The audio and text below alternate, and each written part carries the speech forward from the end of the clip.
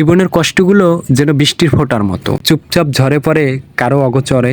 যেমন বৃষ্টির পানি জমে নদী খালবিল পেরিয়ে একদিন মিশে যায় অদৃশ্য স্রোতে, তেমনি যদি আমার দুঃখগুলো কোথাও জমে গিয়ে হারিয়ে যেত, না থাকতো কষ্ট, না থাকতো এত ক্লান্ত, শুধু একটা শান্ত পরে হালকা বাতাসে উড়ে যেত সব যন্ত্রণা। আসসালামু আলাইকুম, হ্যালো এভরিওয়ান। দেশ এবং বিদেশ থেকে যে যেখান থেকে দেখতেছেন সকলের প্রতি সালাম শ্রদ্ধা ভালোবাসা অবিরাম। মানুষের জন্যই মানুষ আর জীবনের জন্যই জীবন, জয় হোক বিশ্ব মানবতার। তো প্রিয় দর্শক, এখন যে আমাদের জ্যৈষ্ঠ মাস চলতেছে বাংলাদেশে, তো মানে হঠাৎ করে একদিক দিয়ে মানে বৃষ্টি শুরু হয়ে যায়, মেঘ উঠতে বাসা থেকে বাইর হয়েছিলাম। এনডিপির টাইমে যাওয়ার টাইমে এই যে বৃষ্টিতে পাইয়ে গেছে, দেখে কোনো মানুষজন নাই, কোথায় যাব, তাড়াতাড়ি যে বাসের গোড়াটার মধ্যে হাঁদতে পড়লাম, গোড়া হাঁদতে খারাইলাম, এনে একটু বৃষ্টি ফোঁটা কম পড়তেছিল। তো এর ভিতরে একটা ভাই আসছে, তো ভাইরাতে আমি আবার ফোনটা ধরাই একটু ভিডিও করাইলাম। চামে ভিডিওটা করানোর পরে কই ভাই আমার একটু আগাই দিও তুমি এখন বাসায়।